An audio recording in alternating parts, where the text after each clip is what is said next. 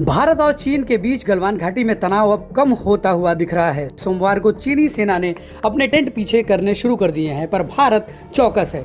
सोमवार रात को भारत चीन सीमा के पास लड़ाकू हेलीकॉप्टर अपाचे ने अपना ऑपरेशन किया।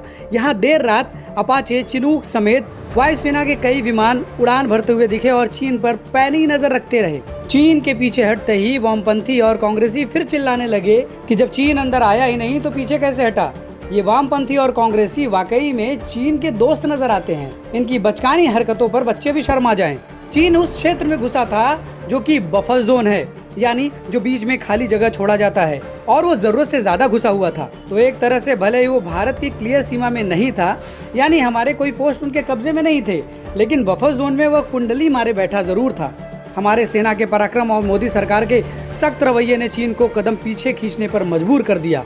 अब इसके पीछे कूटनीति भी समझिए। असल में ये है कि हमारे प्रिय पूर्व प्रधानमंत्री सरदार चुप्पी सिंह जी के समय में बहुत सारे कांड हुए, जिसकी वजह से चीनी कंपनियां भारत में आई। चीनी सरकार इनको सब्सिडी देती रही, जिसकी वजह से उनके सामान हमारे यहाँ लागत से भी सस्ते पड़ने लगे। तो हमारे लघु उद्योग अगर लागत पर भी बेचे तब भी चीन से सस्ता न दे पाए। इसकी वजह से सब घरेलू उत्पादन बंद, ठप, और इस सब में हमारे देश को कई लाखों करोड़ का घाटा हुआ।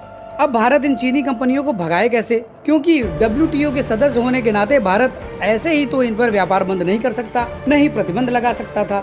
लेकिन चीन की करतूत ने मोदी सरकार के निश्चय और संकल्प को दृढ़ कर दिया।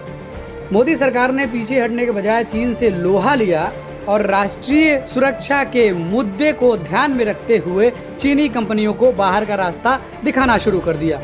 जाहिर सी बात है, इससे भारत को ही फायदा होगा। तो मोदी सरकार ने न सिर्फ चीनी सेना का इलाज किया, बल्कि चीनी सरकार और चीनी कंपनियों का भी एक झटके में इलाज कर दिया।